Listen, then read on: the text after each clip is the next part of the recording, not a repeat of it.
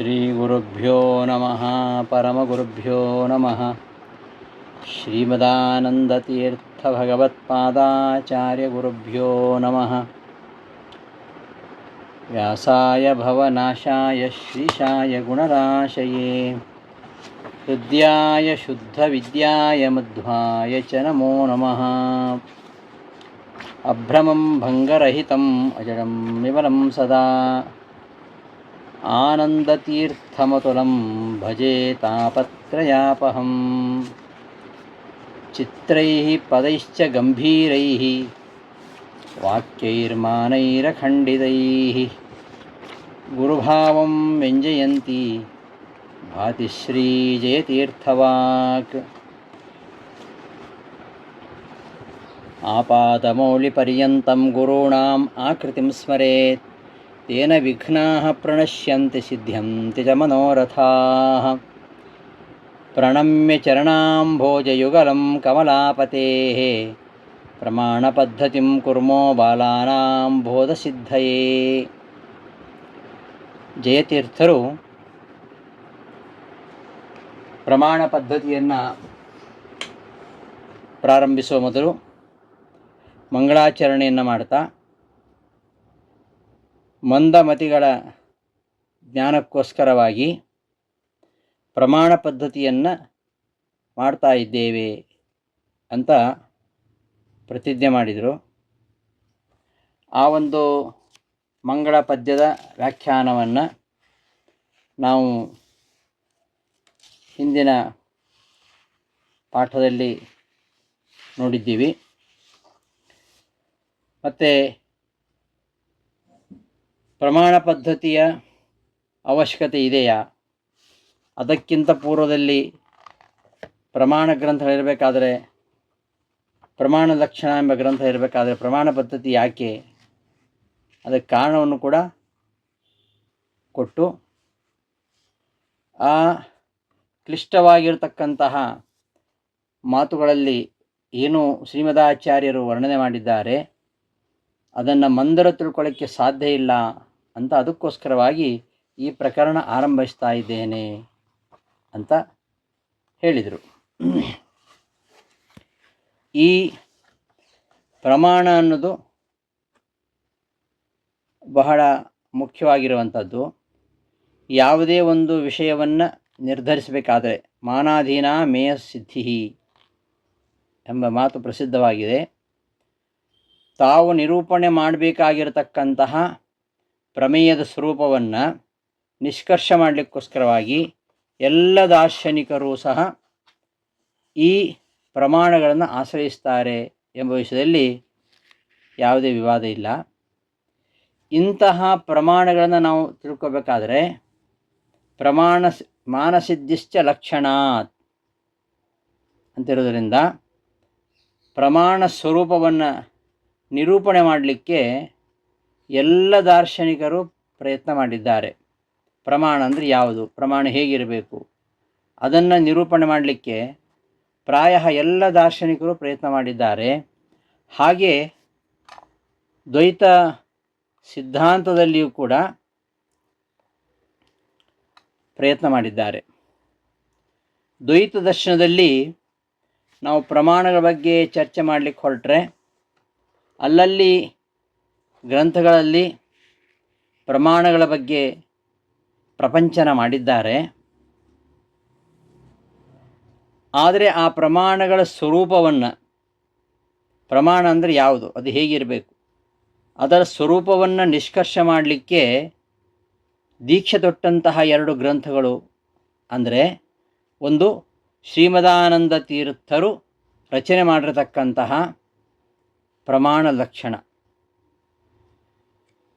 ಎಂಬ ಕೃತಿ, ಮತ್ತೊಂದು ಜಯತೀರ್ಥ ಮುನಿಗಳು ರಚನೆ ಮಾಡಿರತಕ್ಕಂತಹ ಪ್ರಮಾಣ ಪದ್ಧತಿ. ಹೀಗೆ ಪ್ರಮಾಣ ಲಕ್ಷಣ, ಪ್ರಮಾಣ ಪದ್ಧತಿ. ಈ ಪ್ರಮಾಣ ಪದ್ಧತಿ ದ್ವೈತ ದರ್ಶನದ ಪ್ರಮಾಣಗಳ ಸ್ವರೂಪವನ್ನು ಚಿಂತನೆ ಮಾಡುವುದರಲ್ಲಿ ಆಸಕ್ತವಾಗಿದ್ದು, ವಿವಿಧ ದರ್ಶನಗಳಲ್ಲಿ ಹೇಳಿರ್ತಕ್ಕಂತಹ ಪ್ರಮಾಣ ಲಕ್ಷಣಾದಿಗಳನ್ನು ಚೆನ್ನಾಗಿ ವಿಮರ್ಶೆ ಮಾಡುವುದರಲ್ಲಿ ಇದು ಸಮರ್ಥವಾಗಿದೆ ಮಾತ್ರ ಅಲ್ಲ, ವಿದ್ವಾಂಸರ ಬುದ್ಧಿಗೆ ಇದು ನಿಕಷದಂತೆ ಇದೆ. ಆದರೂ ಬಾಲಕರಿಗೆ ಪ್ರಮಾಣ ಮಾರ್ಗವನ್ನು ತೋರಿಸುವುದರಲ್ಲಿ ಇದು ಅತ್ಯಂತ ಉಪಕರಿಸ್ತಾ ಇದೆ ಅಂತ ಹೇಳ್ಬೋದು. ಈ ಎರಡು ಗ್ರಂಥಗಳನ್ನು ಆಧಾರವಾಗಿಟ್ಕೊಂಡು ಇನ್ನೂ ಅನೇಕ ಪ್ರಮಾಣ ಗ್ರಂಥಗಳು ನಮ್ಮಲ್ಲಿವೆ. 16-17ನೇ ಶತಮಾನದಲ್ಲಿ ಛಲಾರಿ ಶೇಷಾಚಾರ್ಯರು ಪ್ರಮಾಣ ಚಂದ್ರಿಕಾ ಎಂಬ ಕೃತಿಯನ್ನು ರಚನೆ ಮಾಡಿದ್ದಾರೆ. ಇದು ಉತ್ತರಾದಿ ಮಠದಿಂದ ಪ್ರಕಾಶನಗೊಂಡಿದೆ. ಹಾಗೆಯೇ ಮಧ್ವಾಚಾರ್ಯರು ಸರ್ವಮೂಲ ಗ್ರಂಥಗಳಲ್ಲಿ, ಟೀಕಾಚಾರ್ಯರು ತಮ್ಮ ಕೃತಿಗಳಲ್ಲಿ, ವ್ಯಾಸತೀರ್ಥರು, ವಾದಿರಾಜರು, ರಾಘವೇಂದ್ರ ಗುರುಸಾರ್ವಮರು ಇವರೆಲ್ಲ ಸಾಕಷ್ಟು ಈ ಪ್ರಮಾಣಗಳ ಮೇಲೆ ಬೆಳಕು ಚೆಲ್ಲತಕ್ಕಂತಹ ವಿಚಾರವನ್ನು ಟಿಪ್ಪಣಿ ಬರೆಯುವ ಮೂಲಕವಾಗಿ ಅಲ್ಲಲ್ಲಿ ತೋರಿಸ್ಕೊಟ್ಟಿದ್ದಾರೆ.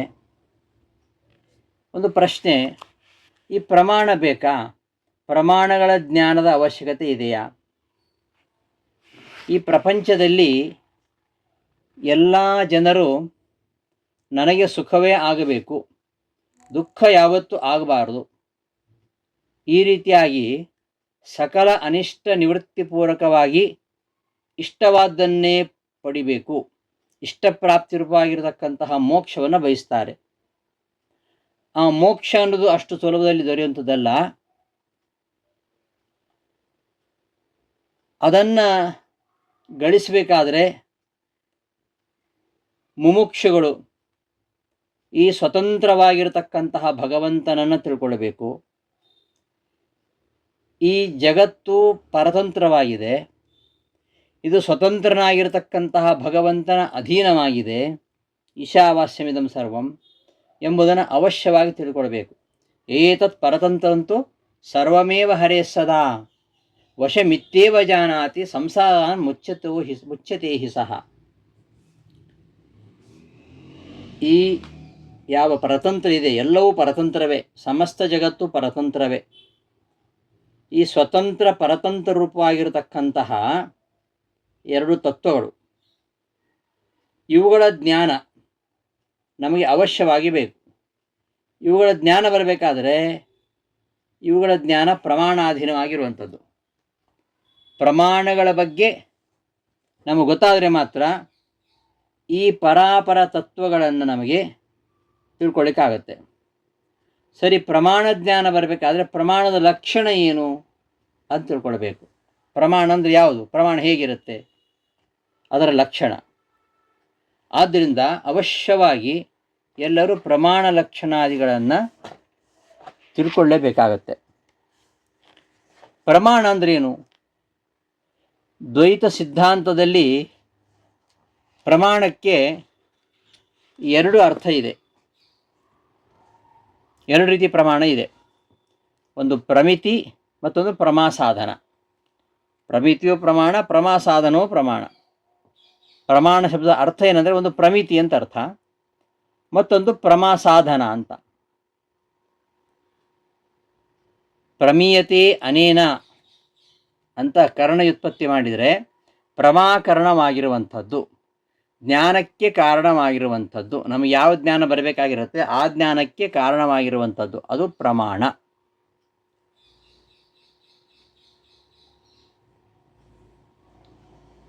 ಈ ಪ್ರಮಾಣಗಳ ಬಗ್ಗೆ ಹೇಳಬೇಕಾದರೆ ವಿವಿಧ ದಾರ್ಶನಿಕರು ಅನೇಕ ರೀತಿಯಲ್ಲಿ ಪ್ರಮಾಣ ಲಕ್ಷಣ ಹೇಳ್ತಾರೆ. ಕೆಲವರು ಪ್ರಮಾಣ ಶಬ್ದಕ್ಕೆ ಪ್ರಮಿತಿ ಅಂತ ಅಷ್ಟೇ ಅರ್ಥ ಇಟ್ಕೊಳ್ತಾರೆ. ಪ್ರಮಾಣ ಅಂದರೆ ಪ್ರಮಿತಿ ಅಂತ ಅರ್ಥ ಇಟ್ಕೊಂಡು ಲಕ್ಷಣ ಹೇಳ್ತಾರೆ. ಇನ್ನು ಕೆಲವರು ಪ್ರಮಾಸಾಧನವೇ ಪ್ರಮಾಣ ಅಷ್ಟನ್ನೇ ಅರ್ಥವನ್ನು ಅಂಗೀಕರಿಸಿ ಪ್ರಮಾಣದ ಲಕ್ಷಣ ಹೇಳ್ತಾರೆ. ಬೌದ್ಧ ಮತದಲ್ಲಿ ಪ್ರಮಾಣ ಲಕ್ಷಣ ಹೇಳುವ ಸಂದರ್ಭದಲ್ಲಿ ಪ್ರಮಾಣ ವಾರ್ತಿಕದಲ್ಲಿ ಆಚಾರ್ಯ ಹೇಳ್ತಾರೆ, ಬೌದ್ಧಾಚಾರ್ಯರು ಪ್ರಮಾಣಂ ಅವಿಸಂವಾದಿ ಜ್ಞಾನಂ, ಅವಿಸಂವಾದಿಯಾಗಿರ್ತಕ್ಕಂತಹ ಜ್ಞಾನವೇ ಪ್ರಮಾಣ ಅಂತ ಹೇಳ್ತಾರೆ. ಧೀಪ್ರಮಾಣತ, ಯಥಾರ್ಥ ಜ್ಞಾನದಿಂದಲೇ ಪ್ರವೃತ್ತಿ ಉಂಟಾಗೋದರಿಂದ ಪ್ರಮಿತಿಯೇ ಪ್ರಾಮಾಣ್ಯ. ಪ್ರಮಾಕರಣವಾದ್ದು ಪ್ರಾಮಾಣ್ಯ ಅಲ್ಲ, ಯಥಾರ್ಥ ಜ್ಞಾನದಿಂದಲೇ ನಮಗೆ ಪ್ರವೃತ್ತಿ ಆಗೋದರಿಂದ ಆ ಪ್ರಮಿತಿನೇ ಪ್ರಮಾಣ ಅಂತ ಬೌದ್ಧರು ಹೇಳ್ತಾರೆ. ಜೈನರು ಸ್ವ ಅಪೂರ್ವ ಅರ್ಥವ್ಯವಸಾಯಾತ್ಮಕಂ ಜ್ಞಾನಂ ಪ್ರಮಾಣಂ ಅಂತ ಹೇಳ್ತಾರೆ. ಮಾಣಿಕ್ಯನಂದಿ ಎನ್ನುವ ಜೈನ ಮತದಲ್ಲಿ ಈ ಒಂದು ಸೂತ್ರದಲ್ಲಿ ಹೇಳ್ತಾನೆ, ಸ್ವ ಅಪೂರ್ವಾರ್ಥ ವ್ಯವಸಾಯಾತ್ಮಕ ಜ್ಞಾನಂ ಪ್ರಮಾಣಂ ಅಂದರೆ ಪ್ರಮಾಣೇ ಪ್ರಮಾಣ. ಹಾಗೆ ವಿಜಯಧರ್ಮಸೂರಿ ಅನ್ನೋನು ಕೂಡ, ವಿಜಯಧರ್ಮಸೂರಿ ಅವನು ಪ್ರಮಾಣ ಪರಿಭಾಷಾ ಅಂತ ರಚನೆ ಮಾಡಿದ್ದಾನೆ. ವಿಜಯಧರ್ಮ ಸೂರಿ ಆ ಪ್ರಮಾಣ ಪರಿಭಾಷಾದಲ್ಲಿ ಅವನು ಯಥಾರ್ಥ ಜ್ಞಾನವೇ ಪ್ರಮಾಣ ಅಂತ ಪ್ರಮಾಣ ಲಕ್ಷಣ ಹೇಳ್ತಾನೆ. ಇನ್ನು ಮೀಮಾಂಸಕರು ಅವರು ಬೇರೆ ರೀತಿಯಲ್ಲಿ ಹೇಳ್ತಾರೆ. ತಸ್ಮಾತ್ ದೃಢಂ ಯದುತ್ಪನ್ನಂ ನಾಪಿ ಸಂವಾದ ಮೃಚ್ಛತಿ ಜ್ಞಾನಾಂತರೇಣ ವಿಜ್ಞಾನಂ ತತ್ಪ್ರಮಾಣಂ ಪ್ರತೀಯತಾಂ ಅಂತ. ಜೈಮಿನಿಯ ಸೂತ್ರವನ್ನು ಇಟ್ಕೊಂಡು ಪ್ರಮಾಣ ಶಬ್ದವನ್ನು ವ್ಯಾಖ್ಯಾನ ಮಾಡ್ತಾ, ಕರಣದೋಷಬಾಧಕ ಜ್ಞಾನರಹಿತವಾಗಿರುವಂಥದ್ದು ಅಂತಹ ಜ್ಞಾನವೇ ಪ್ರಮಾಣ. ದೃಢಂ ಯದುತ್ಪನ್ನಂ ನಾಪಿ ಸಂವಾದ ಮೃಚ್ಛತಿ, ಆ ಜ್ಞಾನಕ್ಕೆ ಸಂವಾದ ಮತ್ತೊಂದು ಬೇಕಾಗಿಲ್ಲ, ಜ್ಞಾನಾಂತರೇಣ ಸಂವಾದ ಬೇಕಂತಿಲ್ಲ, ಅಂತಹ ವಿಜ್ಞಾನವನ್ನೇ ಪ್ರಮಾಣ ಅಂತ ಮೀಮಾಂಸಕರು ಹೇಳ್ತಾರೆ. ಅಂತೂ ಇವರೆಲ್ಲರೂ ಹೇಳ್ತಕ್ಕಂಥ ಒಟ್ಟು ತಾತ್ಪರ್ಯ ಏನಂದರೆ, ಪ್ರಮಿತಿಯೇ ಪ್ರಮಾಣ. ನಾವು ಪ್ರಮಿತಿಯ ಕಾರಣವಾದ ಪ್ರಮಾಣ ಅಂತ ಹೇಳ್ತೇವೆ, ಅವರು ಪ್ರಮಿತಿ ಮಾತ್ರ ಪ್ರಮಾಣ ಅಂತ ಹೇಳ್ತಾರೆ. ಇನ್ನು ಪ್ರಾಭಾಕರರು ಸ್ಮೃತಿ ವ್ಯತಿರಿಕ್ತವಾಗಿರತಕ್ಕಂತಹ ಜ್ಞಾನ ಅನುಭೂತಿ, ಆ ಅನುಭೂತಿಯೇ ಪ್ರಮಾಣ ಅಂತ, ಅನುಭೂತಿ ಪ್ರಮಾಣಂ ಸಾ ಸ್ಮೃತಿರನ್ಯಾ ಸ್ಮೃತಿ ಪುನಃ ಪೂರ್ವ ವಿಜ್ಞಾನ ಸಂಸ್ಕಾರ ಮಾತ್ರಜಂ ಜ್ಞಾನಮುಚ್ಯತೆ ಅಂತ ಪ್ರಕರಣ ಪಂಚಿಕಾದಲ್ಲಿ ಸ್ಮೃತಿ ವ್ಯತಿರಿಕ್ತವಾಗಿರತಕ್ಕಂತಹ ಜ್ಞಾನ ಅನುಭವ, ಆ ಅನುಭವವೇ ಪ್ರಮಾಣ ಅನ್ನೋದು ಅವರ ಮತ. ಇನ್ನು ನ್ಯಾಯಮತದಲ್ಲಿ ಈ ಪ್ರಮಾ ಬೇರೆ ಅಲ್ಲ, ಪ್ರಮಿತಿ ಬೇರೆ ಅಲ್ಲ, ಯಥಾರ್ಥ ಅನುಭವ ಬೇರೆ ಅಲ್ಲ. ಪ್ರಮಾ ಅಂದರೂ ಒಂದೇ, ಪ್ರಮಿತಿ ಅಂದರೂ ಒಂದೇ, ಯಥಾರ್ಥಾನುಭವ, ಯಥಾರ್ಥಾನುಭವ ಅಯಥಾರ್ಥಾನುಭವ ಅಂತ ಎರಡು ವಿಧ ಅವರಲ್ಲಿ ಜ್ಞಾನ. ಆ ಪ್ರಮಾ ಅದೇ ಪ್ರಮಿತಿ, ಅದೇ ಪ್ರಮಾಣ. ಇದೇ ಪ್ರಮಾ ಪ್ರಮಿತಿ ಯಥಾರ್ಥಾನುಭವ ಇವೆಲ್ಲ ಒಂದೇ ಅರ್ಥ ಉಳ್ಳಂತಹ ಶಬ್ದಗಳು. ಪ್ರಮಾಣ ಅನ್ನೋದು ಅದು ಇದಕ್ಕಿಂತ ಬೇರೆಯಾಗಿರುವಂಥದ್ದು. ಪ್ರಮಾ ಅಂದರೂ ಒಂದೇ, ಪ್ರಮಿತಿ ಅಂದರೂ ಒಂದೇ, ಯಥಾರ್ಥ ಅನುಭವ ಅಂದರೂ ಒಂದೇ. ಈ ಬೌದ್ಧರು, ಜೈನರು, ಪ್ರಾಭಾಕರರು ಹೇಳೋ ರೀತಿಯಲ್ಲಿ ಪ್ರಮಾವೇ ಪ್ರಮಾಣ ಅಲ್ಲ, ಪ್ರಮಿತಿಯೇ ಪ್ರಮಾಣ ಅಲ್ಲ. ಪ್ರಮಾಣ ಅಂದರೆ ಇದಕ್ಕಿಂತ ಬೇರೆಯದು, ಪ್ರಮಾ ಸಾಧನವಾದದ್ದು ಪ್ರಮಾಣ ಅಂತ ಹೇಳ್ತಾರೆ. ಉಪಲಬ್ಧಿ ಸಾಧನಾನಿ ಪ್ರಮಾಣಾನಿ ಅಂತ ಹೇಳ್ತಾರೆ ಅವರು. ಯಾವುದು ಪ್ರಮಿತಿಗೆ ಸಾಧನವಾಗಿದೆಯೋ, ಉಪಲಬ್ಧಿಗೆ ಹೇತುವಾಗಿದೆಯೋ ಅದು ಪ್ರಮಾಣ. ಸಮ್ಯಕ್ ಅನುಭವಕ್ಕೆ ಸಾಧನವಾಗಿರುವಂಥದ್ದು ಪ್ರಮಾಣ. ಈ ರೀತಿಯಾಗಿ ಪ್ರಮಾಕ್ಕಿಂತ ಭಿನ್ನವಾದ ಪ್ರಮಾಣವನ್ನು ನ್ಯಾಯಮತದವರು ಅಂಗೀಕಾರ ಮಾಡ್ತಾರೆ. ದ್ವೈತ ಮತದಲ್ಲಿ ಯಥಾರ್ಥ ಜ್ಞಾನ ಸಾಧನ ಎರಡೂ ಕೂಡ ಪ್ರಮಾಣ. ಯಥಾರ್ಥ ಜ್ಞಾನವೂ ಪ್ರಮಾಣ, ಯಥಾರ್ಥ ಜ್ಞಾನ ಸಾಧನವೂ ಪ್ರಮಾಣ. ಯಥಾರ್ಥಂ ಪ್ರಮಾಣಂ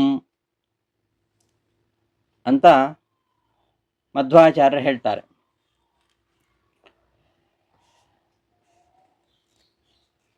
ಯಥಾವಸ್ಥಿತ ಜ್ಞೇಯ ವಿಷಯೀಕಾರಿತ್ವಂ ಪ್ರಮಾಣ ಸಾಮಾನ್ಯ ಲಕ್ಷಣಂ. ಯಥಾವಸ್ಥಿತ ಜ್ಞೇಯ ವಿಷಯೀಕಾರಿತ್ವ. ಇಲ್ಲಿ ಮಧ್ವಾಚಾರ್ಯರು ಏನು ಹೇಳಿದ್ದಾರೆ ಅದೇ ವಿಚಾರವನ್ನು ಪ್ರಮಾಣ ಪದ್ಧತಿಕಾರರು ಕೂಡ ಹೇಳ್ತಾರೆ. ಪ್ರಮ ಮತ್ತು ತತ್ಸಾಧನ ಎರಡೂ ಕೂಡ ಪ್ರಮಾಣ ಶಬ್ದದ ಅರ್ಥ ಅಂತ ಮಧ್ವಾಚಾರ್ಯ ಹೇಳಿದ್ದನ್ನೇ ಜಯತೀರ್ಥರು ಕೂಡ ಪ್ರಮಾಣ ಪದ್ಧತಿಯಲ್ಲಿ ಹೇಳ್ತಾರೆ. ಹಾಗಾದರೆ ನ್ಯಾಯಮತದಲ್ಲಿ ಪ್ರಮಿತಿ ಬೇರೆ, ಅದಕ್ಕೆ ಸಾಧನವಾಗಿರುವಂಥದ್ದು ಪ್ರಮಾಣ. ದ್ವೈತ ಮತದಲ್ಲಿ ಪ್ರಮಿತಿಯೂ ಪ್ರಮಾಣ, ಯಥಾರ್ಥ ಜ್ಞಾನವೂ ಪ್ರಮಾಣ, ಹಾಗೆ ಯಥಾರ್ಥ ಜ್ಞಾನಕ್ಕೆ ಸಾಧನವಾಗಿರುವಂಥದ್ದು ಕೂಡ ಪ್ರಮಾಣ. ಹೀಗೆ ಪ್ರಮಾಣ ವಿಚಾರದಲ್ಲಿ ಅನೇಕರು ಅನೇಕ ರೀತಿಯಲ್ಲಿ ಹೇಳ್ತಾರೆ.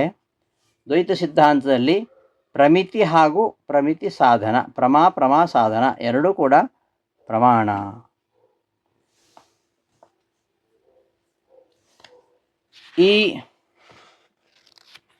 ಇಂತಹ ಪ್ರಮಾಣಗಳ ಬಗ್ಗೆ ಅನೇಕ ವಿಚಾರಗಳನ್ನು ಜಯತೀರ್ಥರು ಹೇಳ್ತಾ ಹೋಗ್ತಾರೆ. ಪ್ರಮಾಣದ ಲಕ್ಷಣ ಹೇಳಬೇಕಾದ್ರೆ ಲಕ್ಷಣ ಅಂದರೆ ಏನು?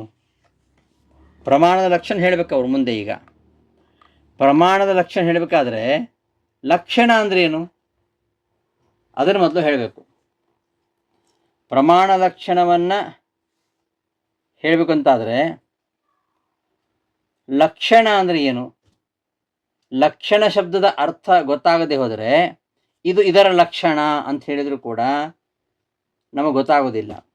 ಲಕ್ಷಣ ಅಂದರೆ ಏನು ಅದು ಮತ್ತು ಗೊತ್ತಾಗಬೇಕು. ಅದು ಪ್ರಮಾಣದ ಇದು ಲಕ್ಷಣ, ಇದು ಪ್ರಮಾಣದ ಲಕ್ಷಣ ಅಂತ ಹೇಳಬೇಕಾದ್ರೆ ಲಕ್ಷಣ ಅಂದರೆ ಏನು? ಆ ಲಕ್ಷಣ ಶಬ್ದಾರ್ಥವನ್ನು ತಿಳಿದಕ್ಕೋಸ್ಕರವಾಗಿ ಹೇಳ್ತಾ ಇದ್ದಾರೆ. ಯೋ ಧರ್ಮೋ ಲಕ್ಷ್ಯೇ ವ್ಯಾಪ್ತ್ಯಾವರ್ತತೆ ನವರ್ತತೆ ಚ ಅನ್ಯತ್ರ ಸಹ ಧರ್ಮ ಲಕ್ಷಣಂ ಇತ್ಯುಚ್ಯತೆ. ಲಕ್ಷಣ ಅಂದರೆ ಏನು ಅಂತ ಹೇಳ್ತಿದ್ದಾರೆ. ಯಥಾ ಗೋಹೋ ಸಾಸ್ನಾದಿಮತ್ವಂ ತದ್ಧಿ ಗೋಷು ಸರ್ವತ್ರ ಅಸ್ತಿ ನಾಸ್ತಿ ಚ ಅಗೋಷು. ಯಾವ ಧರ್ಮವು ಲಕ್ಷ್ಯದಲ್ಲಿ ಸಾಕಲ್ಯದಿಂದ ಇದೆಯೋ, ಲಕ್ಷ್ಯದಲ್ಲಿ ಎಲ್ಲ ಕಡೆ ಇರಬೇಕು. ಯಾವ ಧರ್ಮವು ಲಕ್ಷ್ಯದಲ್ಲಿ ಯಾವುದರ ಲಕ್ಷಣ ಹೇಳ್ತೀಯೋ ಅದು ಲಕ್ಷ್ಯ. ಯೋ ಧರ್ಮ ಲಕ್ಷ್ಯೇ ವ್ಯಾಪ್ತ್ಯಾ ವರ್ತತೆ. ಯಾವ ಧರ್ಮವು ಲಕ್ಷ್ಯದಲ್ಲಿ ವ್ಯಾಪ್ತ್ಯ ಸಾಕಲ್ಯದಿಂದ ಇರ್ತದೋ ಬೇರೆ ಕಡೆ ಇರಬಾರ್ದು. ಅದಕ್ಕಿಂತ ಭಿನ್ನವಾಗಿರತಕ್ಕಂತಹ ವಸ್ತುವಿನಲ್ಲಿ ಅದು ಇರಬಾರ್ದು. ಅಂತಹ ಧರ್ಮಕ್ಕೆ ಲಕ್ಷಣ ಅಂತ ಹೇಳ್ತಾರೆ. ಈಗ ಹಸುವಿನ ಲಕ್ಷಣ ಇದೆ. ಹಸುವಿನ ಲಕ್ಷಣ ಏನು? ಹಸುವಿನ ಲಕ್ಷಣ ಸಾಸ್ನಾದಿಮತ್ವಂ. ಗೋವಿಗೆ ಗಂಗೆದೊಗಲು ಮುಂತಾದವು ಅಂತ ಅರ್ಥ. ಸಾಸ್ನಾದಿಮತ್ವಂ ಅಂದರೆ ಯಾವುದಕ್ಕೆ ದೊಗಲು ಮೊದಲಾದ ಇರ್ತಾವೋ ಅದು ಹಸು. ಅದು ಹಸುವಿನ ಲಕ್ಷಣ ಅದು ಆಗಬೇಕಾದ್ರೆ ಅದು ಎಲ್ಲ ಹಸುಗಳಲ್ಲಿ ಇರಬೇಕು, ಎಮ್ಮೆ ಮೊದಲಾದವುಗಳಲ್ಲಿ ಇರಬಾರ್ದು. ಆಗ ಅದು ಹಸುವಿನ ಲಕ್ಷಣ ಆಗ್ತದೆ. ಯಹ ಧರ್ಮ ಲಕ್ಷ್ಯೇ ವ್ಯಾಪ್ತ್ಯಾ ವರ್ತದೆ. ಯಾವ ಧರ್ಮವು ಲಕ್ಷ್ಯವಾಗಿರತಕ್ಕಂತಹ ಎಲ್ಲ ಕಡೆಯಲ್ಲೂ ತಪ್ಪದೇ ಇರ್ತದೋ ವ್ಯಾಪ್ತ್ಯಾ ವರ್ತತೆ ನವರ್ತತೆ ಚ ಅನ್ಯತ್ರ. ಬೇರೆ ಎಲ್ಲಿಯೂ ಲಕ್ಷ್ಯವಲ್ಲದ ಕಡೆಯಲ್ಲಿ ಇರುವುದಿಲ್ಲವೋ ಸಹ ಧರ್ಮ. ಅಂತಹ ಧರ್ಮವನ್ನು ಏನು ಹೇಳ್ತಾರೆ? ಲಕ್ಷಣ ಅಂತ ಹೇಳ್ತಾರೆ. ಉದಾಹರಣೆ, ಯಥಾ ಗೋಹೋ ಸಾಸ್ನಾದಿಮತ್ವಂ ತದ್ಧಿ ಗೋಷು ಸರ್ವತ್ರ ಅಸ್ತಿ ನಾಸ್ತಿ ಚ ಅಗೋಷು ಅನ್ಯಥಾ ಭೂತಂ. ಅದು ಗೋವುಗಳಲ್ಲಿ ಎಲ್ಲ ಕಡೆ ಇದೆ, ಎಲ್ಲ ಗೋಗಳಲ್ಲಿ ಇರಬೇಕದು. ಗೋ ಬಿಟ್ಟು ಬೇರೆ ಕಡೆಯಲ್ಲಿ ಇರಬಾರ್ದು, ಆಗ ಅದು ಗೋವಿನ ಲಕ್ಷಣ ಆಗತ್ತೆ. ಅದನ್ನೇ ಹೇಳ್ತಾ ಇರೋದು. ಈ ಗಂಗೆ ದೊಗಲು ಉಂಟಲ್ಲ, ಅದು ಗೋವಿನ ಲಕ್ಷಣ ಅಂತ ಹೇಳಿದಾಗ ಅದು ಗೋವುಗಳಲ್ಲಿ ಎಲ್ಲ ಗೋವುಗಳಲ್ಲಿ ಇರ್ತದೆ, ಗೋವಲ್ಲದ ಬೇರೆ ಪ್ರಾಣಿಗಳಲ್ಲಿ ಅದು ಇಲ್ಲ. ಆದ್ದರಿಂದ ಅದು ಗೋವಿನ ಲಕ್ಷಣ. ಯಥಾ ಗೋಹೋ ಶಾಸ್ತ್ರಾದಿ ಮತ್ವಂ ತದ್ದಿ ಘೋಷ ಸರ್ವತ್ರ ಅಸ್ತಿ ನಾಸ್ತಿ ಚ ಅಘೋಷೋ. ಗೋವು ಅಲ್ಲದೆ ಇರತಕ್ಕಂತಹ ಪ್ರಾಣಿಗಳಲ್ಲಿ ಅದು ಇಲ್ಲ.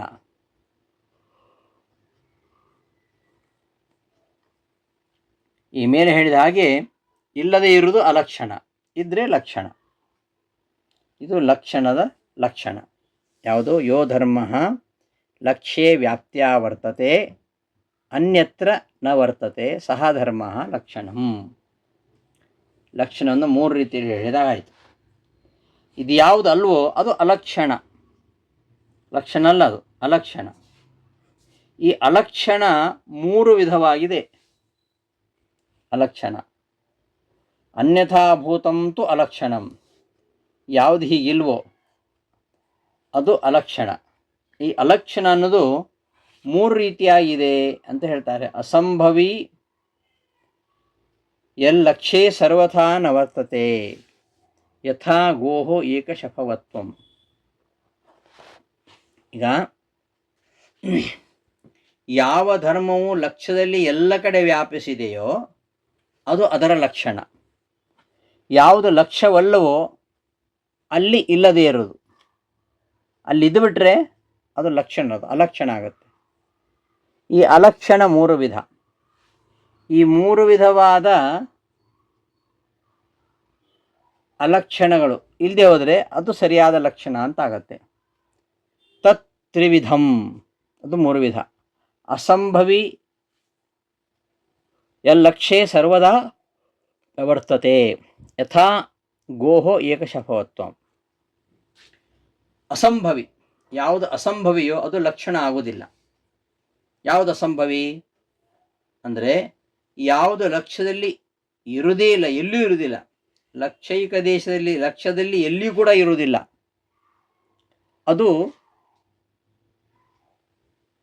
ಲಕ್ಷ್ಯದಲ್ಲಿ ಇರುವುದೇ ಇಲ್ಲ ಎಲ್ಲಿಯೂ ಕೂಡ. ಅದನ್ನು ಅಸಂಭವಿ ಅಂತ ಹೇಳೋದು. ಈಗ ಹಸುವಿಗೆ ಗೋಹೋ ಏಕಶಫವತ್ವಂ.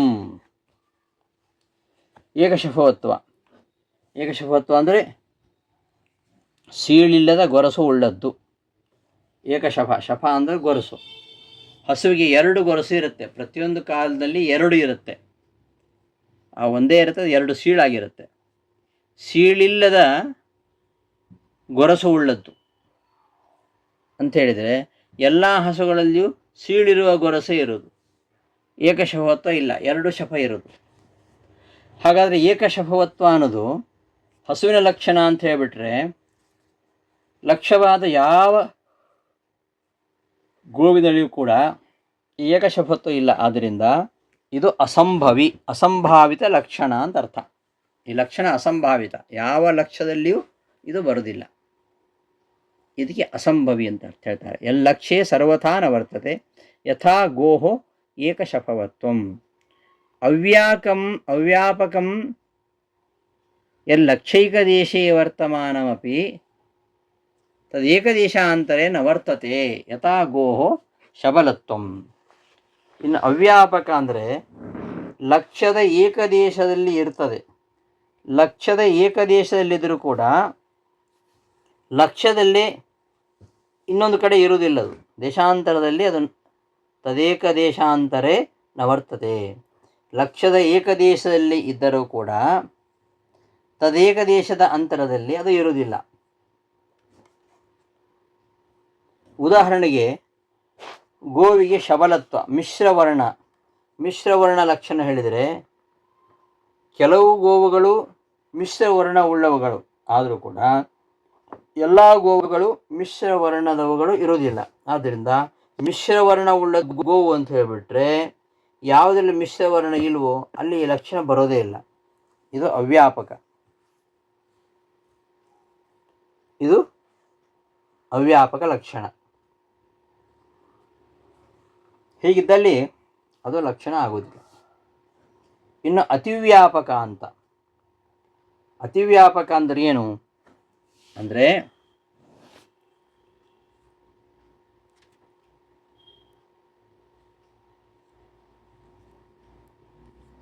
ಅವ್ಯಾಪಕಂ ಅವ್ಯಾಪಕಂ ಯಲ್ಲಕ್ಷೈಕದೇಶೇ ವರ್ತಮಾನಮಪಿ ತದೇಕದೇಶಾಂತರೇ ನ ವರ್ತತೆ ಯಥಾ ಗೋಃ ಶವಲತ್ವಂ ಇದಾಯಿತು.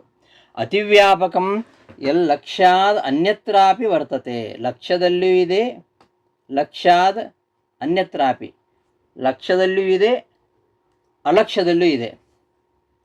ಲಕ್ಷ್ಯದಲ್ಲೇ ಕೆಲವು ಕಡೆ ಇದ್ದು ಕೆಲವು ಕಡೆ ಇಲ್ಲದೆ ಹೋದರೆ ಅದು ಅವ್ಯಾಪಕ.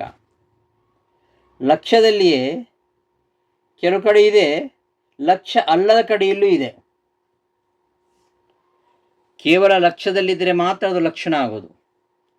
ಲಕ್ಷ್ಯ ಅಲ್ಲದರಲ್ಲಿ ಇರಬಾರ್ದು. ಲಕ್ಷ್ಯ ಅಲ್ಲದರಲ್ಲೂ ಇದೆ, ಲಕ್ಷ್ಯದಲ್ಲೂ ಇದೆ ಅಂದರೆ ಅದು ಏನೋ ಅತಿವ್ಯಾಪಕ. ಇನ್ನು ಲಕ್ಷ್ಯದಲ್ಲಿ ಕೆಲವು ಕಡೆ ಇದೆ, ಕೆಲವು ಕಡೆ ಇಲ್ಲ ಅಂದರೆ ಅದು ಅವ್ಯಾಪಕ. ಇದನ್ನೇ ನೈಯಾಯಿಕರು ಅತಿವ್ಯಾಪ್ತಿ ಅವ್ಯಾಪ್ತಿ ಅಸಂಭವ ಅಂತ ಹೇಳೋದು. ಅತಿವ್ಯಾಪ್ತಿ ಅಂದರೆ ಲಕ್ಷ್ಯದಲ್ಲಿ ಇರೋದು, ಲಕ್ಷಾಂತರದಲ್ಲಿ ಇರೋದು. ಇನ್ನು ಅವ್ಯಾಪ್ತಿ ಅಂದರೆ ಲಕ್ಷ್ಯದಲ್ಲಿ ಇದ್ದು ಕೆಲವು ಕಡೆ ಇದ್ದು ಕೆಲವು ಕಡೆ ಲಕ್ಷ್ಯದಲ್ಲೇ ಇಲ್ಲದೇ ಇರೋದು. ಇದು ಅವ್ಯಾಪ್ತಿ. ಲಕ್ಷ್ಯದಲ್ಲಿ ಎಲ್ಲಿಯೂ ಇಲ್ಲದೇ ಇರೋದು ಅದು ಅಸಂಭವಿ ಅಂತ ಮೂರು ರೀತಿಯಾಗಿ ಇದೆ. ಅತಿವ್ಯಾಪಕ ಅಂದರೆ ಲಕ್ಷ್ಯದಲ್ಲಿ ಇರಬೇಕು, ಲಕ್ಷ್ಯದ ಬೇರೆ ಕಡೆಯಲ್ಲಿ ಕೂಡ ಇರಬೇಕು. ಈಗ ವಿಷಾಣಿತ್ವ, ಯಥಾ ವಿಷಾಣಿತ್ವಂ, ಕೊಂಬು ಇರುವುದು. ಯಾವುದಕ್ಕೆ ಕೊಂಬು ಇದೆಯೋ ಅದು ಗೋವು ಅಂತ ಹೇಳಿದರೆ ಅದು ಗೋವಿನಲ್ಲಿಯೂ ಕೊಂಬಿದೆ, ಬೇರೆ ಕಡೆಯೂ ಕೊಂಬಿದೆ. ಆದ್ದರಿಂದ ಗೋವಿನಲ್ಲಿಯೂ ವಿಷಾಣಿತ್ವ ಅಂದರೆ ಕೊಂಬು ಇರುವಿಕೆ ಉಳ್ಳದ್ದು, ಕೊಂಬು ಉಳ್ಳದ್ದು ಅಂತ ಅರ್ಥ. ಕೊಂಬು ಉಳ್ಳದ್ದು ಅಂತ ಲಕ್ಷಣ ಹೇಳಿದರೆ ಎಲ್ಲ ಗೋವುಗಳಲ್ಲಿ ಇದು ಕೊಂಬು ಉಳ್ಳದ್ದು ಇದೆ. ಆದರೆ ಗೋವುಗಳಿಗಿಂತ ಭಿನ್ನವಾಗಿರತಕ್ಕಂತಹ ಮಹಿಷಾದಿಗಳಲ್ಲಿಯೂ ಕೂಡ ಇದು ಲಕ್ಷ್ಯವಲ್ಲದ ಎಮ್ಮೆ ಮೊದಲಾದವುಗಳಲ್ಲಿಯೂ ಕೂಡ ಇರುವುದರಿಂದ ಇದು ಅತಿವ್ಯಾಪಕ ಲಕ್ಷಣ. ಹೀಗೆ ಲಕ್ಷ್ಯವನ್ನು ಸರಿಯಾಗಿ ತಿಳ್ಕೊಂಡು ಅದರಲ್ಲಿ ಇರುವಂಥದ್ದು ಯಾವುದು ಅಂತ ತಿಳ್ಕೊಳ್ಳೋದೇ ಲಕ್ಷಣ ಜ್ಞಾನದ ಪ್ರಯೋಜನ. ಉದಾಹರಣೆಗೆ ಹೇಳೋದಾದರೆ, ಈಗ ಒಂದು ಊರಿನಲ್ಲಿ ದೇವದತ್ತನ ಮನೆ ಇದೆ. ಎಲ್ಲಿದೆ ದೇವದತ್ತನ ಮನೆ ಇದೆ ಅಂತ ಕೇಳಿದರೆ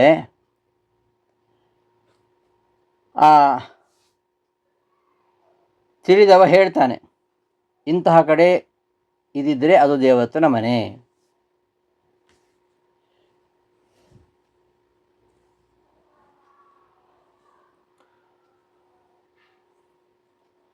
ದೇವದತ್ತನ ಮನೆ ಇದೆ ಅಂತ ಹೇಳಿಬಿಟ್ರೆ ಎಲ್ಲ ಮನೆಯು ದೇವದತ್ತನ ಮನೆ ಅಂತ ಅನಿಸ್ಬೋದು. ಇಲ್ಲ, ಯಾವ ಮನೆಯ ಮೇಲೆ ಧ್ವಜ ಇದೆಯೋ ಅದು ದೇವದತ್ತನ ಮನೆ ಅಂತ ಹೇಳಿಬಿಟ್ರೆ ಅದು ಆ ಮನೆಯ ಲಕ್ಷಣ. ಯಾವ ಮನೆಯ ಮೇಲೆ ಧ್ವಜ ಇದೆಯೋ ಆ ಮನೆ ದೇವದತ್ತನ ಮನೆ ಅಂತ ಲಕ್ಷಣ ಹೇಳಿದಾಗ, ಆ ಲಕ್ಷಣದ ಅರಿವಾದಾಗ ದೇವದತ್ತನ ಮನೆ ಯಾವುದು ಅದನ್ನು ಗುರುತಿಸ್ತಾನೆ. ಹೀಗೆ ಈ ಲಕ್ಷಣದ ಜ್ಞಾನದಿಂದ ವ್ಯವಹಾರ ನಡೆಯುವಂಥದ್ದು ಹೀಗೆ.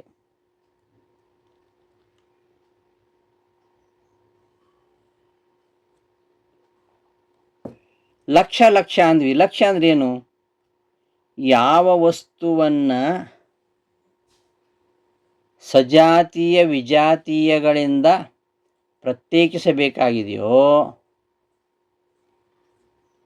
ಮತ್ತು ಆ ವಸ್ತುವನ್ನು ಕರೆಯತಕ್ಕಂತಹ ಶಬ್ದವನ್ನು ಪರಿಚಯ ಮಾಡಿಕೊಳ್ಬೇಕಾಗಿದೆಯೋ ಅದೇ ಲಕ್ಷ್ಯ.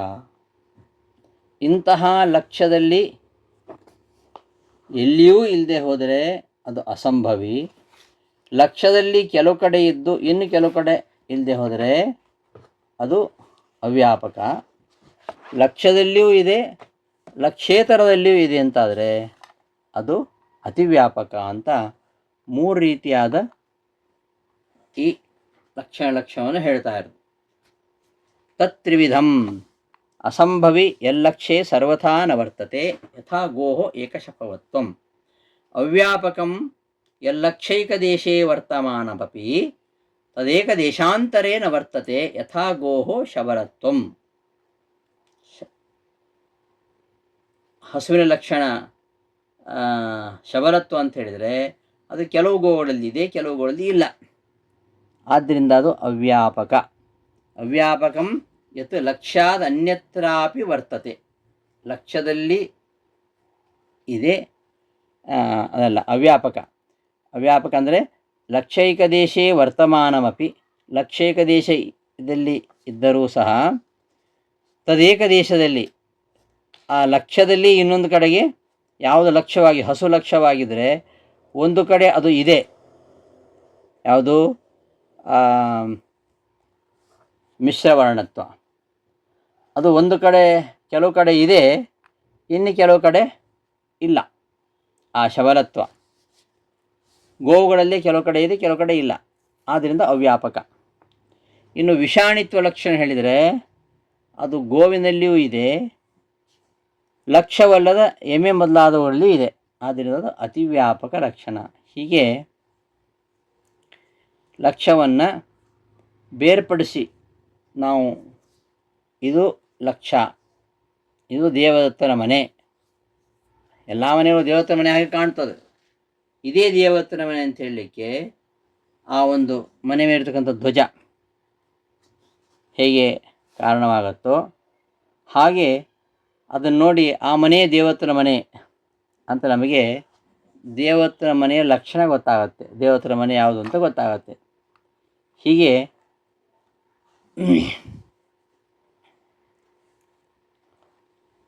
ಲಕ್ಷಣ 3 ರೀತಿಯಲ್ಲಿ, ಅದಕ್ಕೆ ಉದಾಹರಣೆಯನ್ನು ಇಲ್ಲಿ ಹೇಳಿದ್ದಾರೆ.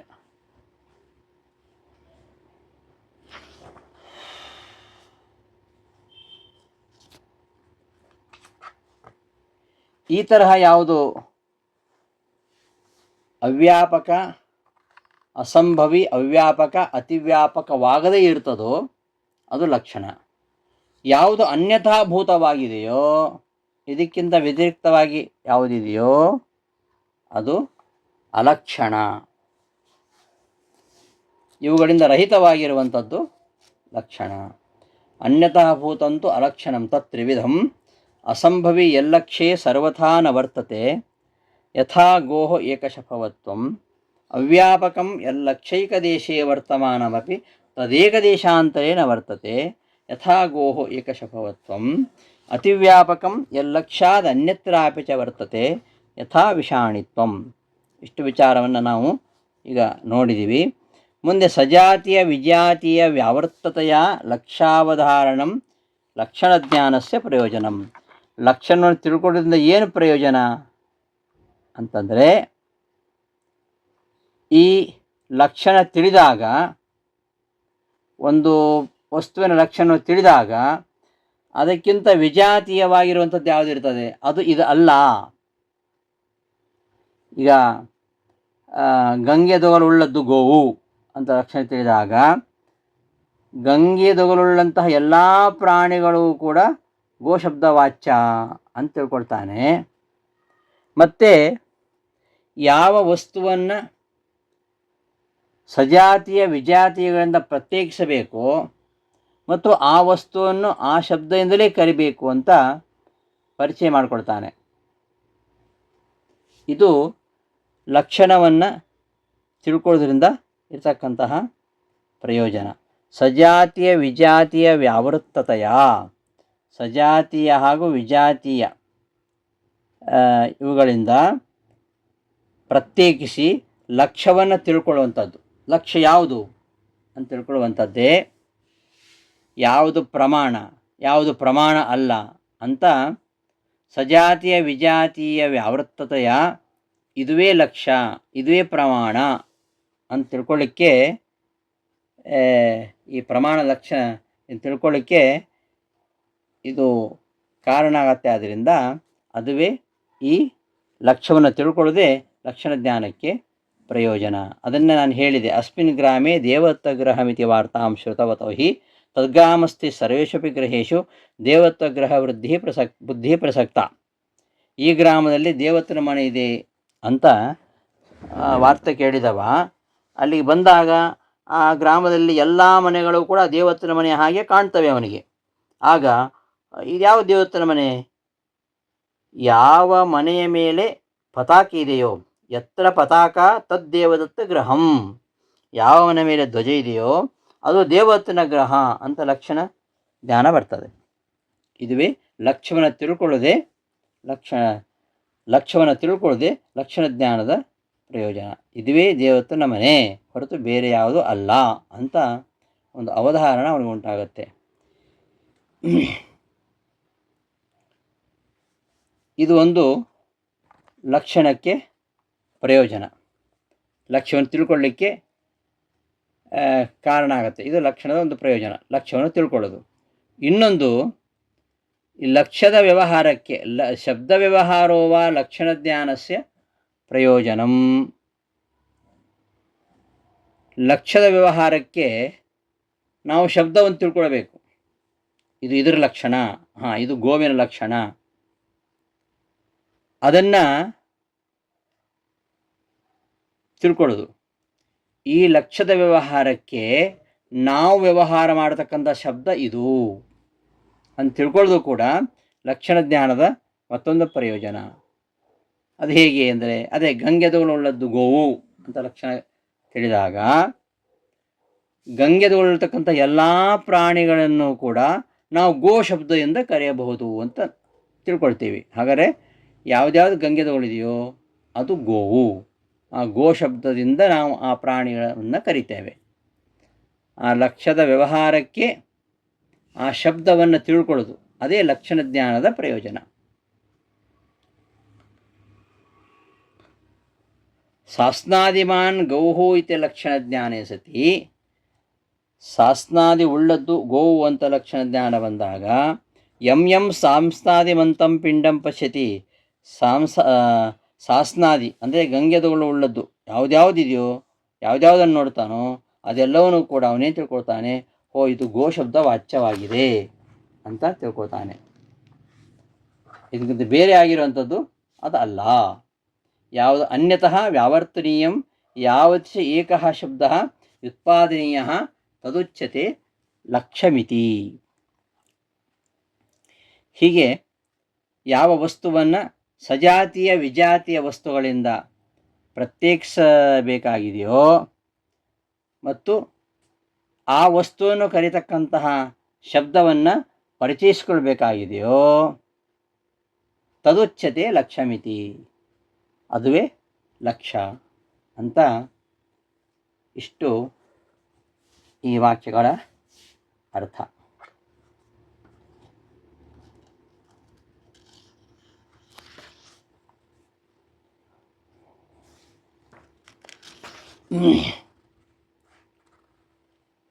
ತತ್ರ ಆದೌ ತಾವತ್